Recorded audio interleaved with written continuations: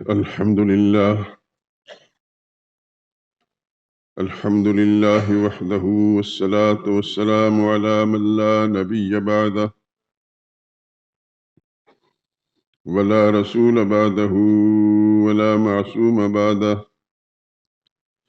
أما بعد فإن خير الحديث كتاب الله وخير الهدي هدي محمد صلى الله عليه وسلم وشر الأمور محدثاتها وكل محدثة بدعة وكل بدعة ضلالة وكل ضلالة في النار.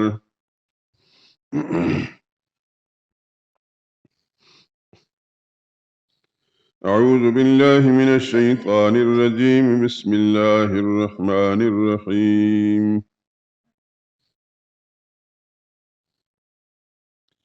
شهر رمضان الذي أنزل فيه القرآن هدى للناس وبينات من الهدى والفرقان فمن شهد منكم الشهر فليصمه ومن كان مريضا أو على سفر فعدة من أيام أخر يريد الله بكم اليسر ولا يريد بكم العسر ولتكملوا العدة ولتكبروا الله على ما هداكم ولعلكم تشكرون.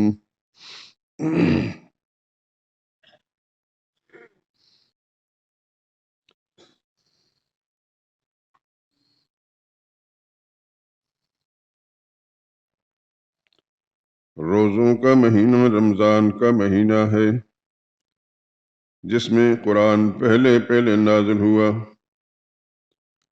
جو لوگوں کا رہنما ہے، جس میں ہدایت کی کھلی نشانیاں ہیں اور جو حق اور باطل کو الگ الگ کرنے والا ہے۔ تو جو کوئی تم میں سے اس مہینے میں موجود ہو اسے چاہیے کہ پورے مہینے کے روزے رکھے، اور جو بیمار ہو یا سفر میں ہو تو دوسرے دنوں میں روزے رکھ کر ان کا شمار پورا کر لے۔ اللہ تمہارے حق میں آسانی چاہتا ہے، سختی نہیں چاہتا۔ یہ آسانی کا حکم اس لیے دیا گیا ہے کہ تم روزوں کا شمار پورا کر لو، اور اس احسان کے بدلے کہ اللہ نے تم کو ہدایت بخشی ہے تم اس کو بزرگی سے یاد کرو، اس کا شکر ادا کرو۔ سبحان ربک رب العزت عما یصفون وسلام علی المرسلین والحمد للہ رب العالمین۔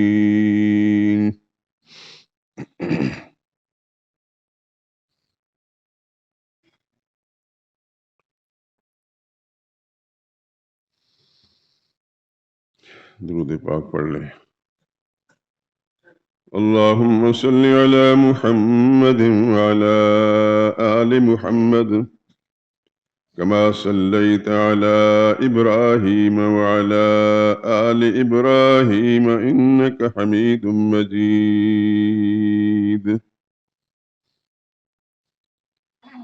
اللهم بارك على محمد وعلى آل محمد كما باركت على إبراهيم وعلى آل إبراهيم إنك حميد مجيد۔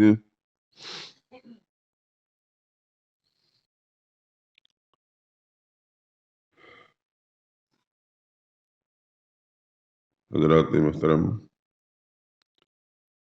قرآن حکیم کی یہ آیات بھی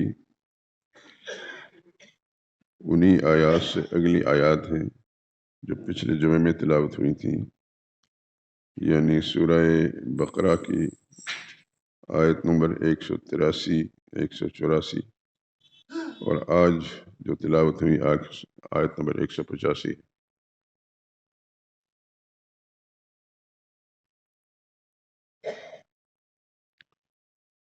اب سن چکے ہیں مختلف موقعات کے اندر بھی، اور پچھلے جمعے میں ان کو اشارہ کیا تھا۔ اللہ تعالیٰ نے اپنی رحمت سے اس مہینہ یعنی رمضان کے مہینے کو ایسا مبارک بنایا ہے کہ سن چکے ہیں کہ اس میں ایک رات 1000 مہینوں سے بہتر ہے، جو 83 سال اور 4 مہینے بنتے ہیں۔ گو انسان کی پوری زندگی کے اعمال اگر قبول ہو جائیں تو بڑا خوش نصیب ہے۔ یہ رات جس کو نصیب ہو گئی وہ بھی ایسا ہی ہے جیسے کہ اس نے 83 سال 4 مہینے عبادت کر لی۔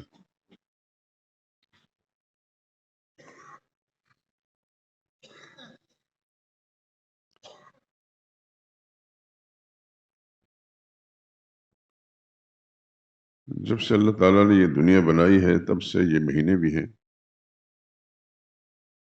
جیسا کہ کسی دوسرے موقع پر میں نے بتایا تھا، ان عدت الشہور عند اللہ 12 شہرا فی کتاب اللہ، مہینوں کی تعداد اللہ کے نزدیک 12 ہے جو اللہ کی کتاب کے اندر فیصلے ہیں۔ ان 12 میں سے 4 ادب والے مہینے ہیں، حرمت والے، کہ یہ ماہ مبارک رمضان مبارک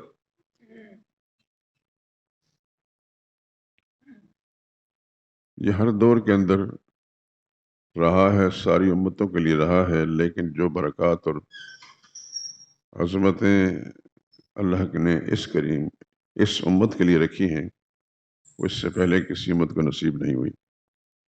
کتابوں میں لکھا ہے کہ رمضان کے مہینے میں جس طرح اس امت کے لیے روزے فرض ہیں پہلی امتوں کے لیے تھی، اگرچہ تعداد کا فرق ہے، اوقات کا فرق ہے، ترتیب الگ ہے، ایسی ترتیب ان امتوں میں نہیں تھی، لیکن رمضان کے روزے فرض ان پر بھی تھے۔ سورہ اعراف کی آیت نمبر غالباً 182-83 ہے۔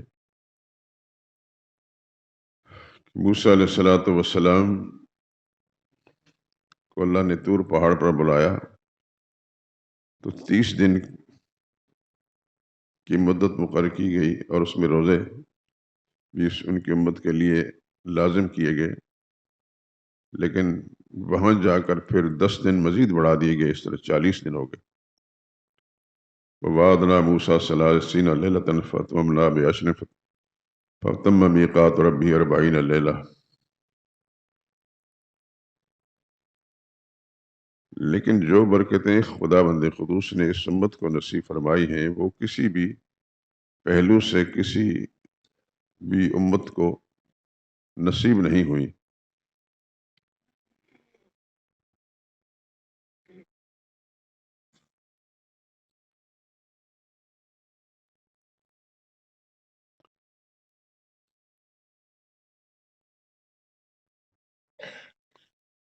پچھلے جمعے آپ حضرات سن چکے ہیں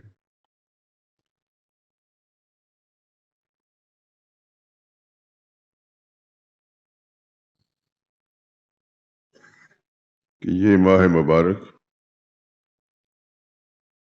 اس میں کوئی ایک نفلی نیکی کسی نے کی ہے تو دوسرے مہینوں کے فرض کے برابر، جو دوسرے مہینوں میں فرض ادا کرنے کا اجر ملتا ہے اس میں نفل ادا کرنے کا، اور اس مہینے میں اگر ایک فرض پورا کرتا ہے تو دوسرے مہینوں کے 70 فرائض کے برابر۔ اس مہینے کی برکات ہے اس امت کے لیے۔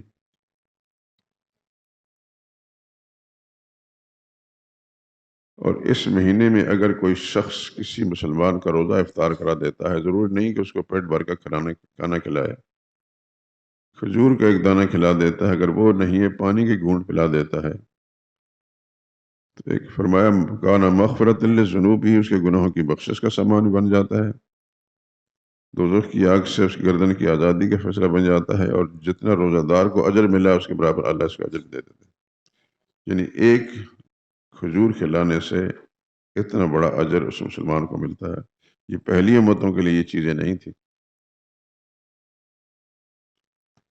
یہ ماہ مبارک آ رہا ہے، چند دن ہیں، محض اللہ نے اپنے فضل و کرم سے حالات پیدا کیے کہ ہم کو یہاں تک پہنچایا۔ امید ہے کہ یہ پورا مہینہ بھی ہمیں نصیب ہوگا۔ اللہ اپنی رحمتوں کے ساتھ سب کو نصیب کرے، اس کی جو برکات ہیں وہ بھی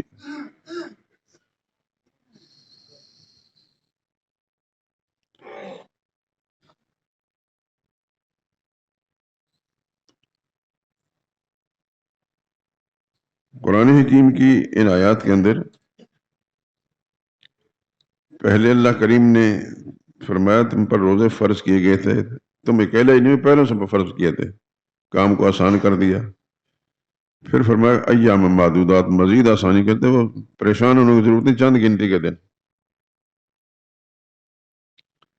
مزید سہولتوں بیان کر فمن کان منکم مریض، اگر تم میں سے کوئی بیمار ہو تو روزہ چھوڑ سکتا ہے، یا مسافر ہو تو وہ روزہ چھوڑ سکتا ہے دوسرے دنوں میں، جب تندرست ہوگا اپنے مقیم ہو جائے گا تو روزہ پورا کر لے. اور وہ مہینہ کون سا ہے؟ شہر رمضان، رمضان کا مہینہ. اور اس کی خصوصیت یہ کہ اللہ نے اس میں قرآن نازل کیا. قرآن ایک ایسی کتاب ہے جو اس سے پہلے کسی امت کو نصیب نہیں، نہ کسی پیغمبر پر نازل ہوئی.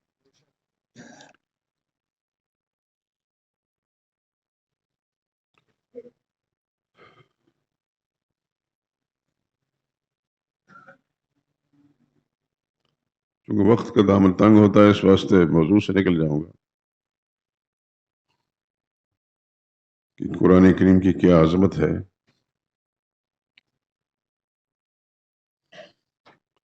لیکن اس طرف توجہ آپ حضرات کی مبذول کرانا مناسب سمجھتا ہوں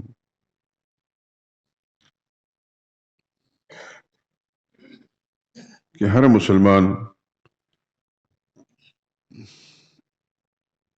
اس کی مسلمانی کا تقاضا یہ ہے کہ اللہ کی کتاب کی تلاوت کرے. لیکن اس کے لیے پہلی شرط تو یہ ہے نا، قرآن کریم کو سیکھا بھی تو ہو. آپ حضرات جانتے ہیں کہ بے شمار ہمارے مسلمان بھائی ایسے ہیں جنہیں قرآن کریم پڑھنا نہیں آتا. بڑی پرانی بات ہے، اچانک میرا ذہن منتقل ہوا، میرا خیال 30-40 سال ہو گئے.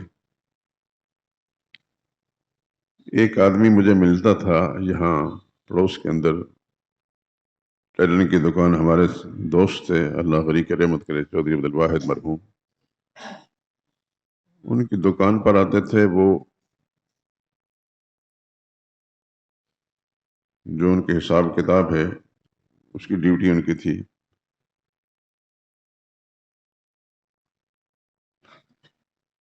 کبھی میں جاتا تو مجھے سلام کلام کے ساتھ کہتے میرے لیے دعا کریں. دعا تو ہر مسلمان دوسرے کے لیے کرتا ہے اور کرنا چاہیے. میں نے اسے کہا کہ آپ یہ تو کہتے ہیں نماز پڑھتے، میں نے کبھی دیکھا نہیں آپ.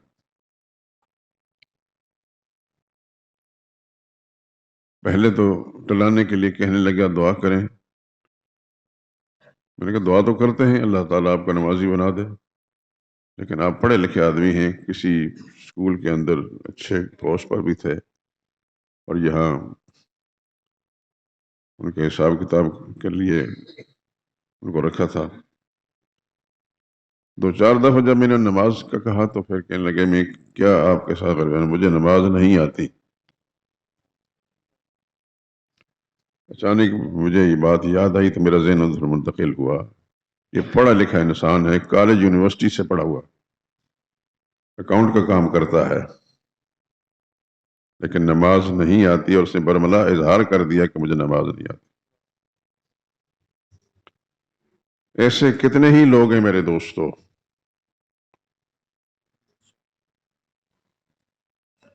اور اس کا تذکرہ کرنا یہ نہیں کہ ہم اپنی جان چھڑا لیں گے، اس کا میں بھی مجرم ہوں کہ میری زندگی کے اندر ہوتے ہوئے بہت سے لوگ قرآن سے کیوں معروم ہیں. اس طرح ہر مسلمان جس کو قرآن کریم پڑھنا اور پڑھانا آتا ہے وہ ذمہ دار ہے. اور خاص طور پر جن گھروں کے اندر خواتین قرآن کریم نہیں پڑھی ہوئی، یا جن کے بچے قرآن کریم نہیں پڑھے ہوئے، ان کے ماں باپ ذمہ دار ہیں، باپ ذمہ دار ہے. حدیث میں آتا ہے جناب سرور کائنات صلی اللہ علیہ وسلم ارشاد فرمایا کلکم راعٍ وکلکم مسئول عن رعیتہ، ہر ایک شخص تم میں سے راعی ہے، نگران اور نگہبان ہے، اور اپنے رعایا کے بارے میں اس سے جواب دہ ہونا پڑے گا. بیوی قرآن نہیں پڑھتی، نماز نہیں پڑھتی، روزے نہیں رکھتی، شوہر سے پوچھا جائے گا تمہاری بیوی تھی، تمہاری سبھی ڈیوٹیاں ادا کرتی تھی، اچھے سے کھانے پکا کر بھی دیتی تھی، تمہیں کپڑے بھی دھو کر صاف ستھرے پہناتی تھی، اس طرف توجہ نہیں. لیکن اللہ کے احکام میں وہ بالکل لا تعلق تھی، تم نے کبھی پرواہ نہیں کی. یہ جواب دے کر جانا پڑے گا. اسی طریقے سے بچے ہیں، لڑکے ہیں یا لڑکی ہیں، اسکولوں اور کالجوں کے اندر بڑے اہتمام کے ساتھ بھیجے جاتے ہیں، سب کچھ کیا جاتا ہے، لیکن کبھی اس بات کی طرف توجہ بھی ہوتی ہے کہ ان کو قرآن کریم بھی پڑھنا آتا ہے، یا قرآن کریم پڑھانے کے لیے کچھ اہتمام کیا، یا ان کو نماز پڑھنا آتی ہے. اور نماز صرف رٹ لینے اور اٹھنے بیٹھنے کا نام نہیں. نماز کے کچھ فرائض ہیں، کچھ واجبات ہیں، کچھ سنتیں، کچھ مستحبات ہیں، کچھ مکروہات ہیں، کچھ تحریمات ہیں. نماز میں فلاں چیز فرض ہے، فلاں چیز واجب ہے، فلاں سنت ہے، فلاں مستحب ہے، فلاں چیز نماز کی مفسد ہے، فلاں کے نماز کے اندر ایسا کرنا حرام ہے. محض اٹھنے بیٹھنے کا نام نماز نہیں، نماز کے مسائل سیکھنے ہوں گے. مجھے یاد آیا، میں نے 1983 یا 84 میں سرکاری طور پر سینٹرل ماڈل اسکول مال روڈ لوئر مال پر عربی پوسٹ پر مجھے مقرر کیا گیا. تفصیلات چھوڑتا ہوں کیوں کیا گیا. ایک بڑا اسکول ہے، بہت سارے ہمارے احباب جو تھے ان کی خواہش یہ تھی کہ تم جب وہاں جاؤ. بڑی 10,000 بچے تھے، 200 استاد. خدا کا شکر ادا کرتا ہوں کہ میں نے اپنے وہاں کی قیام کے زمانے کے اندر جو کچھ میرے فرائض میں تھا وہ پورا کیا. صبح کو اسمبلی کے اندر بیان میرا ہوتا تھا. اس کے علاوہ اور بہت ساری باتیں جو کچھ سنانا چاہتا ہوں. ایک دفعہ پرنسپل صاحب نے مجھے کہا کہ فلاں کلاس کے بچے جو ہیں ان کا اپنے زبانی امتحان لینا ہے، اور زبانی امتحان میں کیا ہے پوچھنا ہے کہ اسے آیت الکرسی یاد ہے، یہ معلوم کرنا ہے کہ دعائے قنوت آتی ہے، وغیرہ ذالک.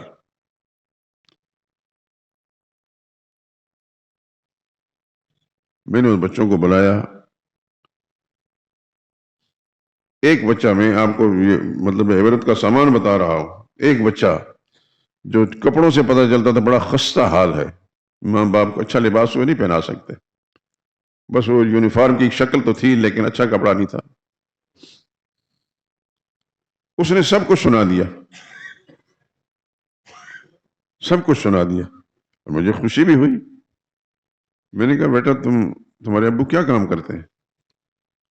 پہلے وہ جھجکے، بعد بتایا میرا ابو ایک ریڑھی لگاتا ہے کسی اسکول یا کسی کالج کے سامنے، وہاں سے ہمارے اخراجات چلتے ہیں. میرے دل میں بڑی خوشی ہوئی. اس زمانے میں شاید موبائل نہیں تھا کہ میں اس کے ساتھ رابطہ کر کے مبارکباد دے سکتا.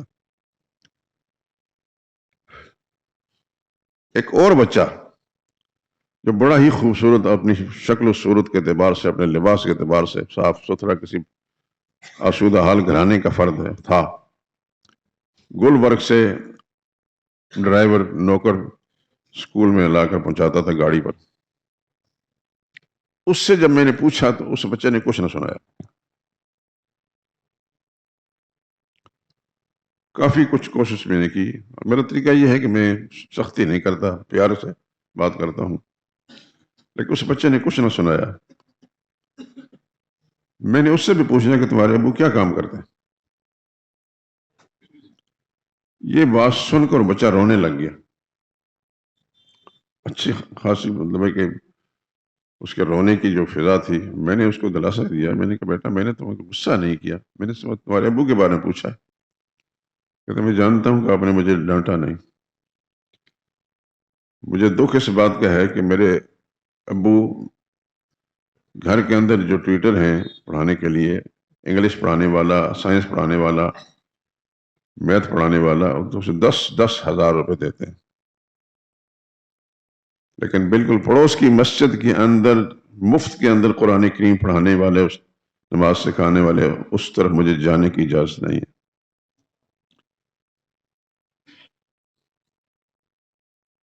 یہ سب مسلمان ہیں. میں کسی پر پتہ نہیں لگا سکتا کہ اس کا باپ کافر تھا. میں نے یہ پوچھا کہ تمہارے ابو کیا کام کرتے ہیں، پہلے بتایا نا، بعد میں کہا کہ وہ سیکرٹری ہیں، یعنی 22ویں گریڈ کے افسر ہیں.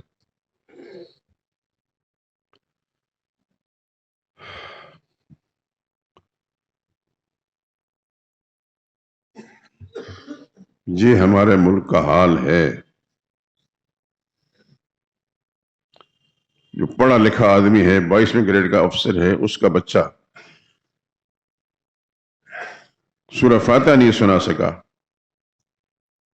اس نے آیت الکرسی کیا سنانی تھی، باقنوت کیا سنانی تھی. بچہ حساس تھا. میں نے جب اس سے کہا کہ آپ اپنے ابو کا مجھے نمبر دے سکتے ہیں، تو وہ ڈر گیا کہ نہیں دے سکتا. میں نے کہا میں سختی بھی نہیں کرتا. مجھے اپنی عملی زندگی کے اندر بہت سارے تجربات ہوئے دوستوں. میں اپنے آپ کو بھی بہت سارے معاملات میں ملزم سمجھتا ہوں کہ میرے ساتھ متعلق جڑے ہوئے بہت سارے احباب دین کے بہت سارے معاملات کے اندر وہ لا تعلق نابلد کیوں ہیں.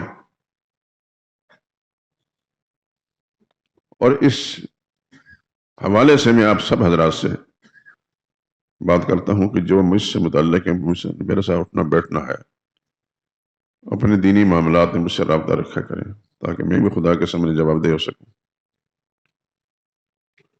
اگر قرآن کریم نہیں پڑھا ہوا تو کم از کم رہنمائی کریں گے، یا ہمارے یہاں جو استاد ہیں ان کے ساتھ جوڑ دیں گے تاکہ وہ قرآن کریم تو پڑھ سکیں. معنی مطلب تو دوسری بات ہے، الفاظ کی حد تک ہمارا مسلمان قرآن نہیں جانتا. جب ماں باپ کو قرآن کریم کے الفاظ نہیں آئیں گے تو ان کے بچوں کو، ان کی بیویوں کو کیسے آئیں گے؟ دنیاوی آسودگیاں سب کے سب میسر ہیں، کیا سے کیا نہیں، میں اس تفصیلات میں نہیں جانا چاہتا.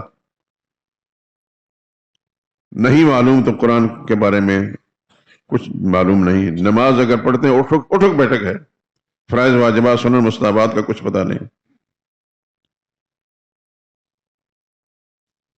میں اللہ کا شکر ادا کرتا ہوں اس پہلو سے کہ میں نے ایک کتاب لکھی نماز کی، اور الحمدللہ میں نے اس پر پیسے وصول نہیں کیے. 1982-83 میں نے لکھی تھی. اس کے بعد مختلف اوقات کے اندر چھپتی رہی. میں یہ تو نہیں کہہ سکتا کہ لاکھوں کی تعداد میں، لیکن ہزاروں کی تعداد کے اندر وہ پہنچی ہے ہاتھوں میں. یہاں بھی میں 1000 سے زیادہ اس مسجد کے اندر تقسیم کر چکا ہوں،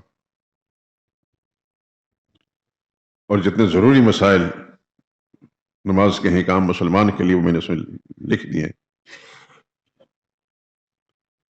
اور اگر آپ بہت ساری کتابیں ہاتھ میں پکڑ کر میرے والی کتاب دیکھیں گے تو سب سے زیادہ خوبصورت نظر آئے گی، اپنی کتابت کے لحاظ سے بھی، اپنے کاغذ اور پرنٹنگ کے لحاظ سے بھی، اپنی بائنڈنگ کے لحاظ سے بھی. میرا مزاج ہے.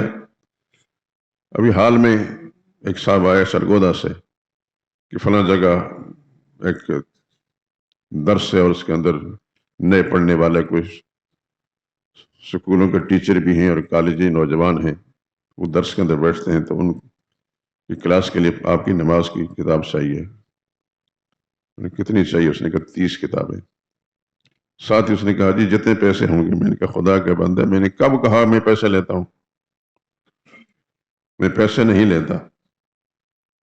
جو دوست اس سلسلے میں میرے ساتھ معاون ہے، خدا اربوں کی رحمت ان پر نازل کرے. میں نے کتابت کرائی، اپنے جیب سے پیسے خرچ کر کتابت کرائی. 2 کتابیں ہیں اس سلسلے میں، ایک عوام الناس کے لکھی، ایک علماء کے لکھی. ایک کم 60,000 روپے صرف اس کی کتابت کے میں نے دیے ہیں، لیکن اپنے جیب سے دیے، اپنے پیٹ کاٹ کر. الحمدللہ العظیم یہ یورپ تک پہنچ چکی ہے. کیونکہ برطانیہ میں میرا داماد، میرا بھتیجا بھی ہے اور میرا چھوٹا بھائی بھی ہے. ان کے ذریعے سے وہ جو میرا بھتیجا بڑا فعال، اس کا حلقہ احباب ناروے میں اور پتہ نہیں کہاں کہاں وہ جاتا رہتا ہے اور پہنچائی ہیں کتابیں، اور وہاں سے مجھے رابطہ کیا جاتا ہے، ٹیلی فون بھی آتا ہے. میں خدا کا شکر ادا کرتا ہوں. میرے کہنے کا مقصد یہ ہے کہ میں نے اتنا کام کیا تو ہے، لیکن یہ کوئی فخر کی بات نہیں، یہ جو کچھ بھی اللہ کا فضل ہے. لیکن آپ حضرات سے میں یہ کہتا ہوں کہ آپ میں سے اگر کسی کو نماز نہیں آتی تو کیوں نہیں آتی؟ میں نے یہ جو محنت کی ہے کس لیے کی ہے؟ میں تو کسی سے پیسے بھی نہیں لیتا. تو ضمناً یہ بات میں کر رہا ہوں کہ آپ حضرات کی ذمہ داریوں میں ہے کہ خود دین کو سیکھیں. کوئی دیر نہیں لگتی آنکھیں بند ہونے میں، اور اپنی اولاد کو، اپنے متعلقین کو، اپنے ماتحتوں کو سکھائیں. جیسے میں نے ابھی حدیث سنائی آپ کو کلکم مسئول عن رعیتی، اپنے ماتحتوں کے بارے میں جواب دہ ہونا پڑے گا، بیوی کے بارے میں، بچے کے بارے میں، ملازم کے بارے میں، اگر مسلمان ہے تو۔ آپ کا سارا کام کرتا ہے ملازم، نماز نہیں پڑھتا آپ کی دکان کے اندر یا آپ کے کسی ادارے کے اندر، اس کی نماز پڑھنے کی نحوست آپ کے اس ادارے میں پڑتی ہے، اس کو محسوس کریں یا نہ کریں، گھر کے اندر اگر بیوی نماز نہیں پڑھتی، اولاد نماز پڑھتی، ان کی نحوست کاروبار پر پڑتی ہے، برکتیں خدا اٹھا لیتا ہے۔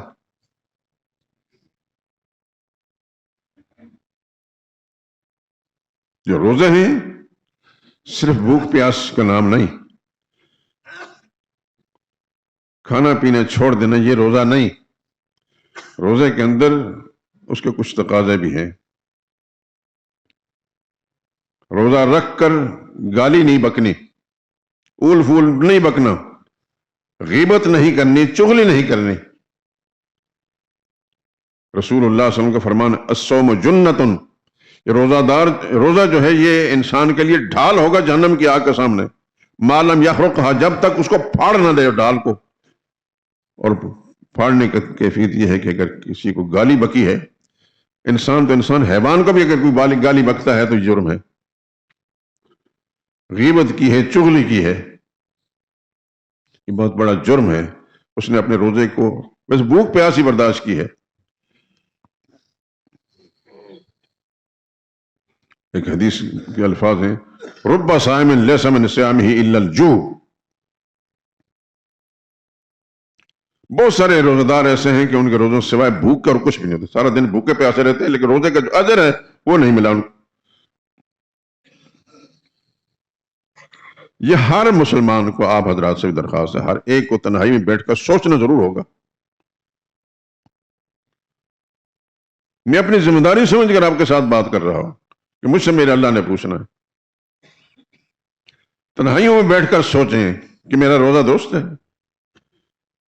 میں نے کسی گالی تو نہیں بکی، جھوٹ تو نہیں بولا، غیبت تو نہیں کی، میری ذمہ داریوں میں میری بیوی، میرے ماتحت، نوکر، ملازم، بچے، ان وہ روزے رکھتے ہیں یا ان سے میں نماز پرس کی ہے؟ کیوں نہیں رکھتے؟ اگر ملازم آپ کا مسلمان ہے، روزہ نہیں رکھتا، آپ اس سے کام لیتے ہیں، کام کے اندر کسی قسم کی لیت الحال نہیں برداشت کر سکتے، نماز اور روزے کے معاملے میں سستی کیوں برداشت کرتے ہیں؟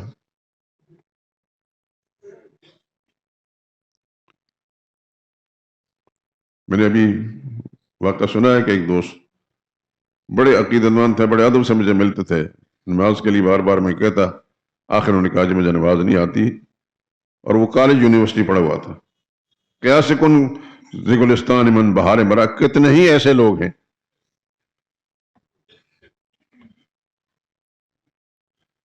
الحمدللہ میں اللہ کا شکر ادا کرتا ہوں شرح صدر کے ساتھ، میں نے اس سلسلے میں جو میری صلاحیتیں تھیں میں برور کال لا کر میں نے لکھا ہے، جتنی صلاحیتیں میرے اللہ نے مجھے دی ہیں، اور آپ حضرات گواہ ہیں، میں نے کسی سے کچھ نہیں مانگا۔ کوئی شخص بتا دے کہ میں نے کسی سے کچھ مانگا ہو، حتیٰ کہ اپنی ذات کے لیے بھی کچھ نہیں مانگا۔ مجھے کئی مشکلات ہیں، رہتی ہیں، رہی ہیں، لیکن میں نے اپنی ذات کے لیے کچھ نہیں مانگا۔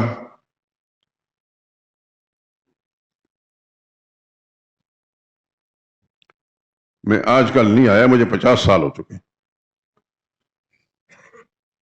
اور چھوٹے چھوٹے پمفلٹس آج بھی آپ کو احکام رمضان مبارک جی پچھلے کئی سالوں سے یہ بھی ہزاروں کی تعداد کے اندر چھپتے ہیں، اور آپ حضرات کے لاہور شہر میں نہیں، کوئٹہ میں، راول پنڈی میں، ملتان کے اندر، کراچی میں، پشاور میں، صوبہ سرحد کے دوسرے علاقوں کے اندر باقاعدہ یہ پہنچتا ہے۔ لیکن الحمدللہ میں کسی سے کچھ پیسہ نہیں مانگتا، کبھی میرے دل میں خیال بھی نہیں آیا۔ میں اپنا فرض جو مجھے اللہ پاک کی توفیق شامل حال پورا کرتا ہوں، لیکن آپ حضرات سے میں گزارش کرتا ہوں کہ یہ جو میری معروضات اس پر ذرا غور کریں۔ یہ مہینہ آ رہا ہے، چند دن باقی ہیں، خدا آپ سب کو نصیب کرے اور اس کی برکات بھی نصیب کرے۔ لیکن میرے اور آپ کے پاس کوئی گارنٹی نہیں کہ آئندہ سال میں اس ممبر پر ہوں گا یا آپ حضرات یہاں بیٹھے ہوں گے. جتنی بھی فرصت اللہ نے دی ہے اس سے فائدہ اٹھا لیں.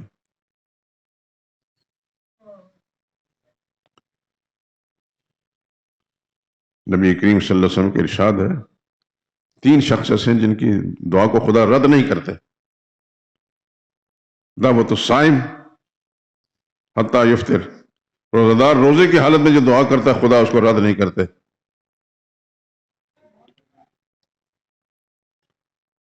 اور عادل منصف مزاج حکمران خدا کے سامنے جو ہاتھ اٹھاتا ہے تو خدا بندے اس کو رد نہیں کرتے.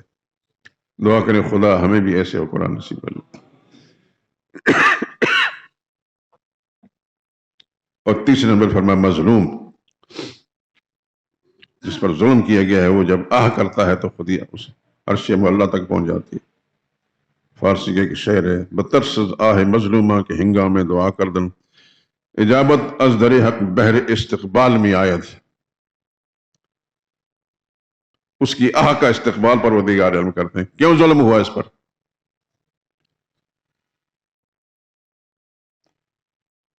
تو روزہ دار بڑا خوش نصیب انسان ہے جب خدا کے سامنے روزے کی حالت میں دعا کرتا ہے، لیکن روزے کے سارے تقاضے پورے کر کے وہ دعا اپنی ذات کے لیے کرے یا کسی اور کے لیے، اللہ اس کو رد نہیں کرتے.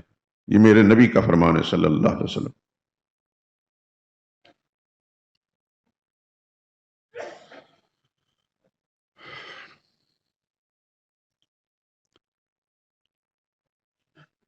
روزے تو ساری امتوں پر رہے ہیں، لیکن اس امت کا جو روزے کا نظام ہے وہ بڑا عجیب ہے.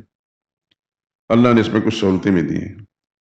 مثال طور جب بیمار ہے وہ روزے چھوڑ سکتا ہے، بیماری کے ایام کے اندر دوسرے دنوں میں قضا کر لے. اگر بالکل نہیں رکھ سکتا تو پھر صدقہ فطر دے دے. اتنا ہی ہے جیسا کہ فطرانہ آپ دیتے ہیں یہ روزے کے بدلے میں. لیکن جو شخص جان بوجھ کر روزہ نہیں رکھے گا، صحت مند ہے، تندرست ہے، اس پر روزہ رکھنے کی قضا بھی ہے، اس پر کفارہ بھی ہے.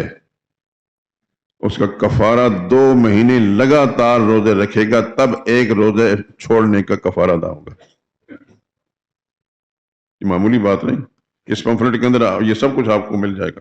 دھیان سے اس کو پڑھیں، لیکن اس کو خدا کے لیے اپنی ردی جو بیچتے ہیں اس میں اضافہ نہ کریں. یہ بڑی بڑی کتابوں کا نچوڑ ہے اس کے اندر. میں نے اور کچھ نہیں کیا، دن رات اس پر محنت کرتا رہا ہوں. جتنے بھی پمفلٹ میں نے لکھے مجھے پتا ہے کہ بڑی کتابیں لکھنا بھی اس کے لیے ٹائم چاہیے، اس کو چھاپنے کے لیے بھی ٹائم چاہیے، پھر مفت دیا نہیں جا سکتا. تو یہ ان سب کتابوں سے بہتر ہے. خود ان کو دھیان سے پڑھیں، غور سے پڑھیں اور دوسروں کو پڑھائیں اور سکھائیں. پوچھیں ان سے، خصوصاً اپنے گھر والوں سے کیا سمجھ میں آئی.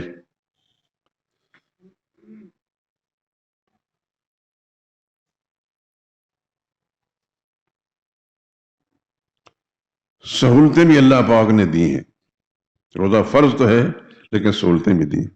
مثلا کوئی خاتون حاملہ ہے، حمل کی حالت کے اندر اگر حمل میں روزہ رکھنا اس کے لیے مشکل ہو جاتا ہے، اس کے بچے کے لیے چھوڑ سکتی ہے. جب حمل سے فارغ ہو جائے گی تو اس کے بعد اس قضا کر لے.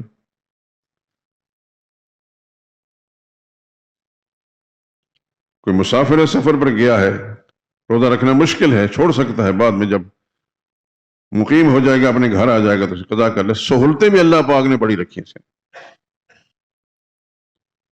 لیکن اگر کوئی شخص بالکل روزے رکھ نہیں سکتا اپنے بڑھاپے کی وجہ سے یا بیماری کی وجہ سے، اس کو شریعت نے اجازت دے دی ہے، وہ صدقہ فطر کے برابر اس کا کفارہ دے دے، بس چھوڑ دے، روزہ چھوڑ دے. لیکن اس کا معاملہ اس کے رب کے ساتھ. یہ نہ کہے گا مجھے فلاں ڈاکٹر نے یہ کہا ہے، فلاں حکیم نے یہ کہا ہے کہ روزہ چھوڑ دیں. اپنا معاملہ اپنے رب کے ساتھ رہے. روزہ رکھ سکتے کہ نہیں. ہمارے یہاں ایک نمازی ساتھی تھے، تھوڑا عرصہ پہلے فوت ہو گئے، خدا کری کہ رحمت کرے. جب تک میرے ساتھ نہیں جڑے تھے تو روزہ نہیں رکھتے تھے. وہ تھوڑی بہت بیماری تو ہوتی ہے ہر انسان کو. میں نے جب ان کو سمجھایا، میں نے کہا روزہ رکھ کے دیکھیں تو صحیح. جب نہ رکھ سکے تو پھر خدا کے سامنے آپ معذور ہیں. جب انہیں روزہ رکھنے کی کوشش کی اور روزہ رکھ لیا اور پھر سارا روزہ رکھے.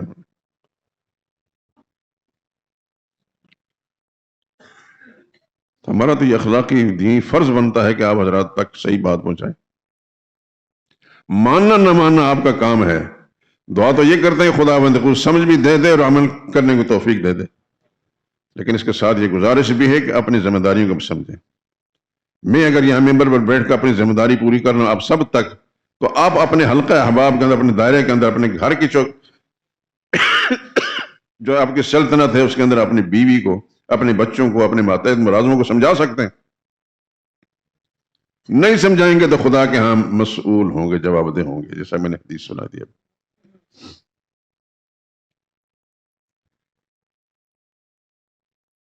یہ بات میں اس لیے بار بار اصرار کر کہہ رہا ہوں، میرے علم میں یہ بات آ چکی ہے کہ بہت سارے لوگ اپنے بچوں کو اسکول کالج کی تعلیم کے لیے بڑی جد و جہد کرتے ہیں، بڑا پیسہ خرچ کرتے ہیں، ہر سہولت فراہم کرتے ہیں، لیکن دین کے معاملے بالکل زیرو.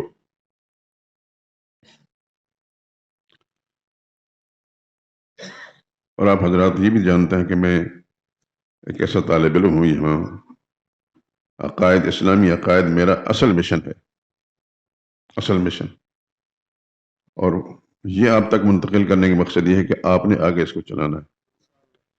تو ماں باپ اگر ان عقائد اسلامیہ کو سیکھ کر اپنے بیوی، اپنے اہلیہ، اپنے بچوں تک یا اپنے بھائیوں تک، بہنوں تک نہیں پہنچائیں گے، حتیٰ کہ ماں باپ بھی اگر اس معاملے میں نابلد ہیں تو ان کو بھی سکھانا فرض ہے، تو پھر خدا کے سامنے مجرم ہے، کوئی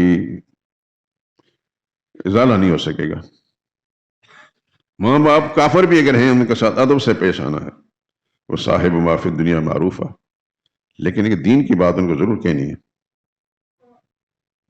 میں نے بتایا تھا کہ ایک نوجوان یہیں بیٹن روڈ کا، پرانی بات ہے 25-30 سال ہو گئے، ایک دن میں باہر آیا تو کھڑا رو رہا. میری محفل کے اندر بیٹھنے والا ماشاءاللہ اس نے داڑھی بھی رکھی ہوئی تھی. روتا کیوں بیٹا؟ کہتا ہے میں نے یہ داڑھی جو رکھی ہے میری ماں میرے ساتھ مقابلے میں آگے، کہتے داڑھی رکھیں گا تب میں تمہارے سے بات، داڑھی منڈوائے گا تب بات کروں گی. اور میری بہنیں بھی، گھر کے دوسرے افراد بھی ماں کے ساتھ. تو میں داڑھی آپ کے کہنے پر رکھی تھی، اب میں پریشان ہوں، میں کیا کروں؟ میں نے کہا پریشان ہونے کی ضرورت نہیں. یہ بتائیں کہ آپ کی والدہ بڑی ہیں یا محمد مصطفیٰ صلی اللہ علیہ وسلم؟ تو فوراً بڑا چونک کر کہنے لگا جی اللہ کے نبی کے مقابلے میں تو کوئی کپڑا نہیں. میں نے کہا والدہ کہتی داڑھی منڈوا، پیغمبر فرمایا داڑھی رکھ، کس کی بات کو مانو گے؟ تو ایک دم سر جھٹک کر کہنے لگا جی مجھے بات سمجھ میں آ گئی، بس دنیا کچھ بھی ہو جائے میں پیغمبر کا طریقہ نہیں چھوڑوں گا.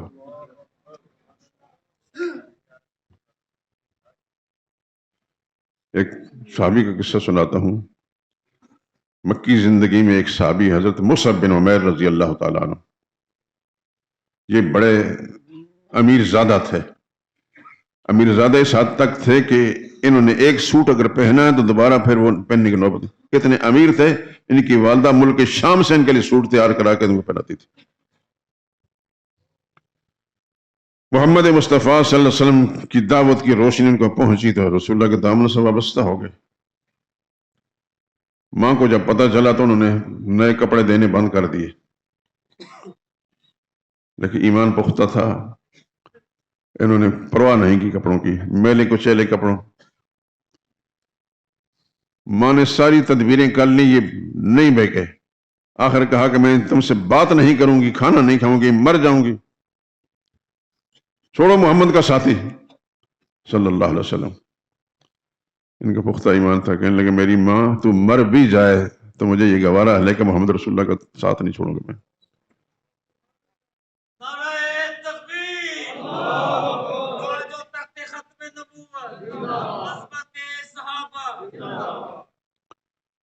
اور یہی وہ خوش نصیب انسان ہے کہ حضور صلی اللہ علیہ وسلم نے ہجرت سے پہلے مدینہ طیبہ میں وہاں کے جو مسلمان ہیں ان کو دین سکھانے کے لیے، قرآن سکھانے کے لیے بھیجا تھا. یہ باتیں نئی نہیں میرے دوستوں، پہلے بھی ہو چکی ہیں، لیکن صحابہ اکرام جو ہمارے آئیڈیل ہیں، یہ بات درست کہہ رہا ہوں میں؟ مجھے میری بات یاد ہوگی، اللہ کی توحید میرا مشن ہے، محمد رسول اللہ صلی اللہ علیہ وسلم کی نبوت، ختم نبوت اور رسالت میرا مشن ہے، اور صحابہ کرام کا دفاع، ان کی عظمت میرا مشن ہے، بس باقی آپ آزاد ہیں۔ صحابہ کے بارے میں کچھ بھی برداشت نہیں کر سکتا، بالکل کچھ بھی نہیں برداشت کر سکتا، چونکہ طالب علم ہوں، کتابیں بے شمار ہیں، پڑھتا رہتا ہوں۔ بہت سارے لوگ، میں نام نہیں لیتا، بڑے بڑے جبہ و دستار والے صحابہ کرام کے بارے میں ہمارے حضرت نے یہ فرمایا، ہمارے حضرت نے یہ فرمایا، فلاں حضرت نے یہ فرمایا، صحابہ کی توہین کر لیں گے حضرتوں کی بات پر۔ مجھے بڑا افسوس بھی ہوتا ہے، دعا بھی کرتے ہیں یا اللہ نے کو ہدایت دے دے۔ کوئی حضرت صحابہ سے بڑا نہیں، کوئی حضرت ابو حنیفہ جیسا بھی ہو، بالفرض صحابہ کے بعد ابو حنیفہ بڑے انسان ہیں۔ امام بخاری تو بہت پیچھے آتے ہیں۔ اگر ابو حنیفہ سے بھی ثابت ہو جائے کسی صحابی کی، تو ہم ابو حنیفہ کی بات کو رد کر دیں گے، صحابی کی بات نہیں چلیں گے۔ وہ نبی کی تیار کردہ جماعت ہے، نبی عظیم ہیں، اللہ کی ذات کے بعد سب سے بڑی ذات محمد مصطفیٰ صلی اللہ علیہ وسلم کی ہے۔ انہوں نے جس جماعت کو تیار کیا اس کے مقابلے میں کوئی اور شخص بھی نہیں۔ بہت ساری کتابیں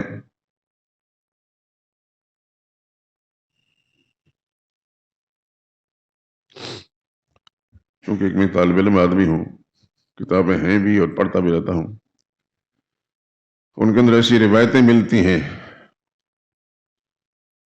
کہ جو صحابہ کرام کی توہین پر مشتمل ہوتی ہیں۔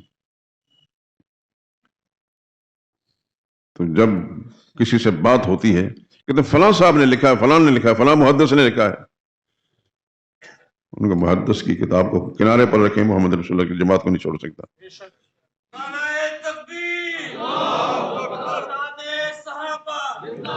اور یہ پتہ ہے ہمیں کہ ان کتابوں کے اندر جتنی روایتیں بھی ہیں جو صحابہ کی شان کے خلاف ہیں، وہ سب موضوع روایتیں ہیں، من گھڑت روایتیں، بدبخت قسم کے راویوں نے بیان کی تو آگے انہوں نے اپنی کتاب میں درج کر دی۔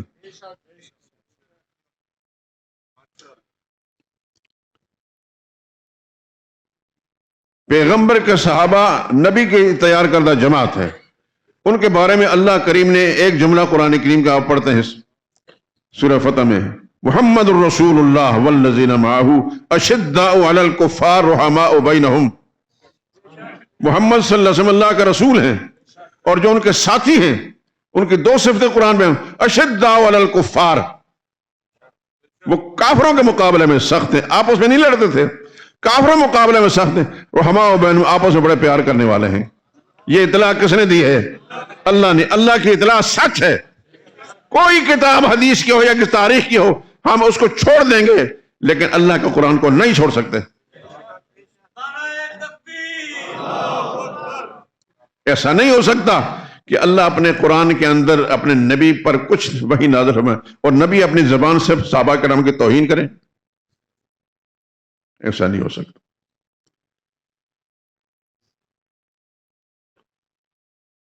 اس آیت کو ذہن نشین فرما دیں، رحماء بینہم، رحماء بینہم، آپس میں پیار کرنے والے تھے۔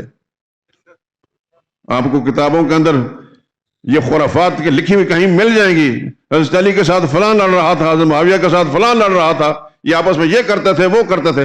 ان پر لعنت بھیجے، ایسی کتابوں پر، ایسی کتاب لکھنے والوں پر بھی لعنت بھیجتے ہیں، خدا کے قرآن کو نہیں چھوڑ سکتے۔ اللہ نے اطلاع دی، رحماء، آپس میں پیار کرنے والے تھے۔ میں نے ایک رسالہ لکھا ہے حقائق کا جائزہ، ہو سکتا ہے حضرات کے پاس ہو یا نہیں تو پھر رابطہ کر کے لے لیں۔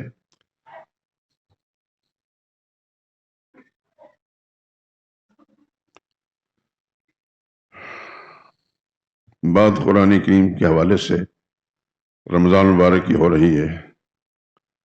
رمضان آ رہا ہے، اللہ آپ سب کو نصیب کرے، لیکن اس کی برکتیں بھی نصیب کرے، اس کے حقوق کو سمجھنے کی بھی اللہ توفیق دے، اور آپ کے گھروں کے اندر جتنے افراد ہیں اللہ پاک ان کو بھی آپ کا معاون بنا دے اس معاملے میں۔ آپ جو کہیں اللہ کے قرآن کے بارے میں معاملے میں، رسول اللہ کے فرمان کے معاملے میں، تو وہ بے دھڑک آپ کے ساتھ ہو جائیں، کیڑے نہ نکالیں۔ بدقسمتی ہماری یہ ہے کہ موجودہ زمانے کی جو ہماری تعلیم کا نظام ہے، اس کے اندر بچے بھی بڑوں کی باتوں میں کیڑے نکالتے ہیں۔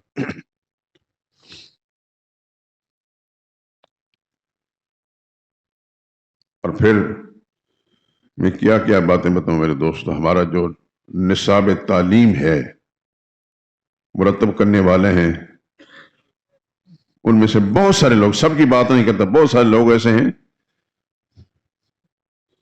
جن کو سڑکوں پر جھاڑو دینے کے لیے لگا لینا چاہیے، وہ کتاب مرتب کرنے کے قابل لوگ نہیں ہوتے۔ لیکن چونکہ حکمران ٹولہ، جب سے میرا شعور، ان کو کچھ پتا نہیں دین کا، کچھ بھی پتا نہیں دین کا، اور جس نے بھی ان کے سامنے ملما کاری کی اس کو اس کام پر لگا دیا، بیڑا غرق ہو گیا اس امت کا اور اس بچوں کا۔ عقائد کے معاملے میں اس قدر خرابیاں ہیں کہ خدا کی پناہ۔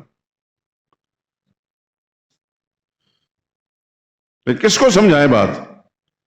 جن کے پاس اقتدار کا منصب ہے، ان کے ذہن میں خناس بیٹھا ہے۔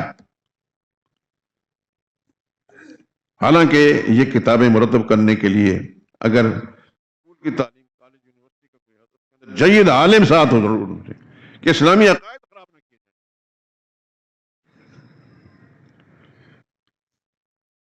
بغیر کسی جید عالم کے جو کتاب مرتب ہوگی اس کے اندر خرابی۔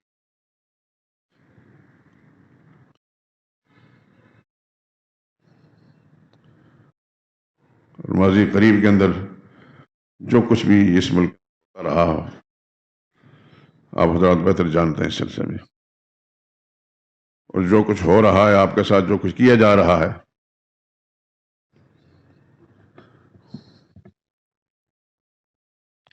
مہنگائی کا جو عذاب نازل کیا ہے،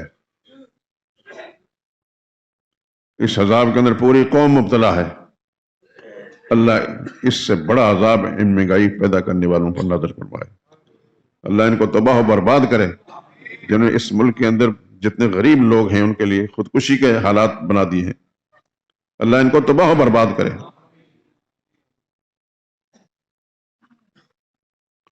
آپ اپنے رب کے ساتھ اپنا معاملہ ٹھیک کریں گے میرے دوستو، تو خدا ان کے شر سے بھی آپ کو محفوظ رکھے گا۔ میری اس بات پر نوٹ فرما لیں۔ ایک حدیث کا مضمون ہے، ساری روایت نہیں پڑھنا چاہتا، کہ تم اللہ کے دین کے ساتھ سچے رہو گے، وابستہ رہو گے، حلال و حرام کا فرق ہوگا، تو پھر خدا تعالیٰ غلط حکمرانوں سے آپ کو محفوظ رکھے گا، اور نہیں تو پھر اللہ تعالیٰ سے غلط حکمران نصیب آپ کے اوپر مسلط کر دے گا، جو آپ کو عذاب علیم میں مبتلا کریں گے۔ یہ جو کچھ میں سنا رہا ہوں رسول اللہ صلی اللہ علیہ وسلم کے فرمان کا خلاصہ ہے۔ تو اکثر میں سوچتا رہتا ہوں کہ من حیث القوم میں بھی اس میں شامل ہوں، اس عذاب کے اندر مبتلا ہے۔ آئے دن اخبارات کے فلاں چیز مہنگی کر دی، فلاں چیز مہنگی کر دی، فلاں چیز مہنگی کر دی۔ ابھی یہ جتنے بھی آخری دموں پر ہیں، جن کو نگران کہا جاتا ہے، وہ نادان کہیں تو زیادہ بہتر ہے۔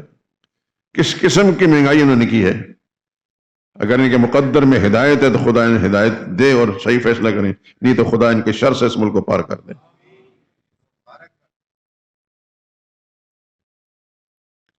لیکن پھر میں کہوں گا کہ غلط حکمرانوں کا اقتدار کا مسلط ہونا ہمارے اعمال کا نتیجہ ہے۔ اعمال ٹھیک ہوں گے تو پھر یہ ان لوگوں سے بھی خدا محفوظ رکھے گا، اعمال خراب ہوں گے تو یہ غلط لوگ مسلط ہوتے رہیں گے اور مالی عذاب نازل کرتے رہیں گے۔ اور پھر کہوں گا کہ رمضان مبارک آ رہا ہے، اس میں اپنی ذمہ داریوں کو سمجھیے میرے دوستوں اور پورا کیجیے۔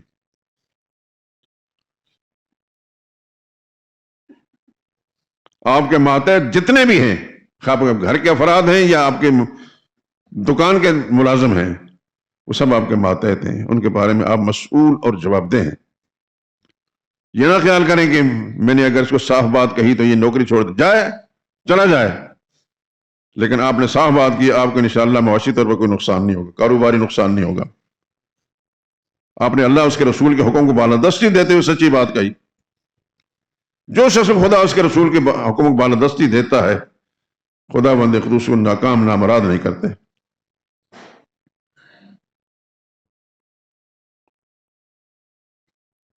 میں امید کرتا ہوں کہ آپ حضرات کو یہ بات سمجھ آئی ہوگی اور اس کے ساتھ آپ تائید کریں گے، کیونکہ میرا مقصد کسی کی تحقیر و تذلیل نہیں کرنا، میں خدا گواہ ہے، اللہ کی کتاب میرے ہاتھ کے اندر ہے، میں ہر ایک کی ہمدردی کے جذبے کے ساتھ رہتا ہوں، کب تک زندہ ہوں کچھ پتہ نہیں، لیکن ہر مسلمان کی ہمدردی کے جذبہ، حتیٰ کہ میں تو کفار کے لیے بھی سوچتا ہوں یا اللہ ان کو بھی ہدایت دے دے،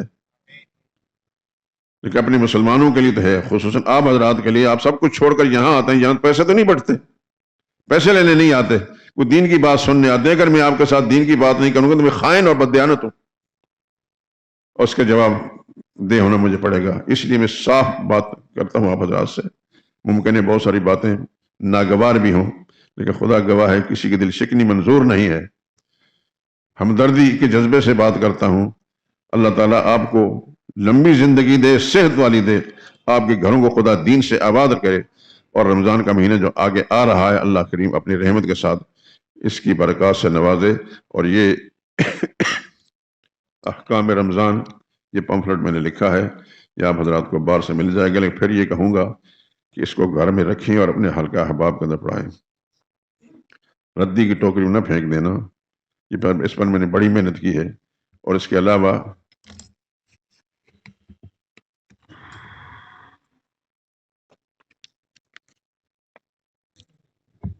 ہٹا دیں،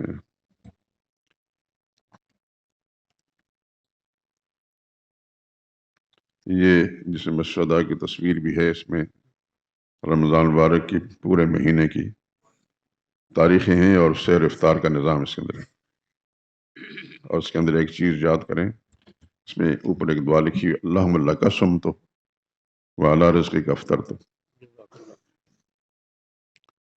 دعا کیا ہے؟ اللہم لک صمت وعلی رزقک افطرت، اور اس پمفلٹ کے اندر میں لکھا ہوا ہے، اس لیے کہہ رہا ہوں کہ بہت ساری چیزیں ہیں جو فرضی ہیں، من گڑت ہیں، چھوٹی عمر میں جب ہم تھے تو ہم پڑھا کرتے اللہم انی لک صمت وبک آمنت وعلیک توکلت وعلی رزقک افطرت، دیکھتے رہے، جب صحیح کتابوں تک پہنچے پتہ ہے حدیث میں تھا اللہم لک صمت وعلی رزقک افطرت، یہ اس کے اوپر لکھے ہوئے اور حوالہ میں لکھا ہوا ہے۔ اور ایک دوسری بات کہتے ہیں روزہ رکھا اس کے نیت کی کہ نہیں کی؟ نیت ارادے کا نام ہے، نیت کے لیے الفاظ نہیں ہے، کسی بھی حدیثی کتاب کے اندر نیت کے الفاظ نہیں ہیں، دل کا ارادہ ہے کہ میں نے روزہ رکھنا ہے، بس نیت ہو گئی۔ آپ نماز کے لیے کھڑے ہیں، اس کے لیے لمبی چوڑی گردان پڑھنے کی ضرورت نہیں، ارادہ ہے کہ میں نے 2 رکعت نماز جمع پڑھنی، دل میں ارادہ کیا، بس اللہ اکبر، اس کے لیے کوئی الفاظ بولنے کی ضرورت نہیں۔ نیت الفاظ کا نام نہیں، دل کے ارادے کا نام ہے، یاد رکھیں، جو کام بھی کرنا ہے دل کے ارادے کے اندر صحیح ارادے سے نیت ہو جاتی ہے۔ وآخر دعوانا الحمدللہ رب العالمین۔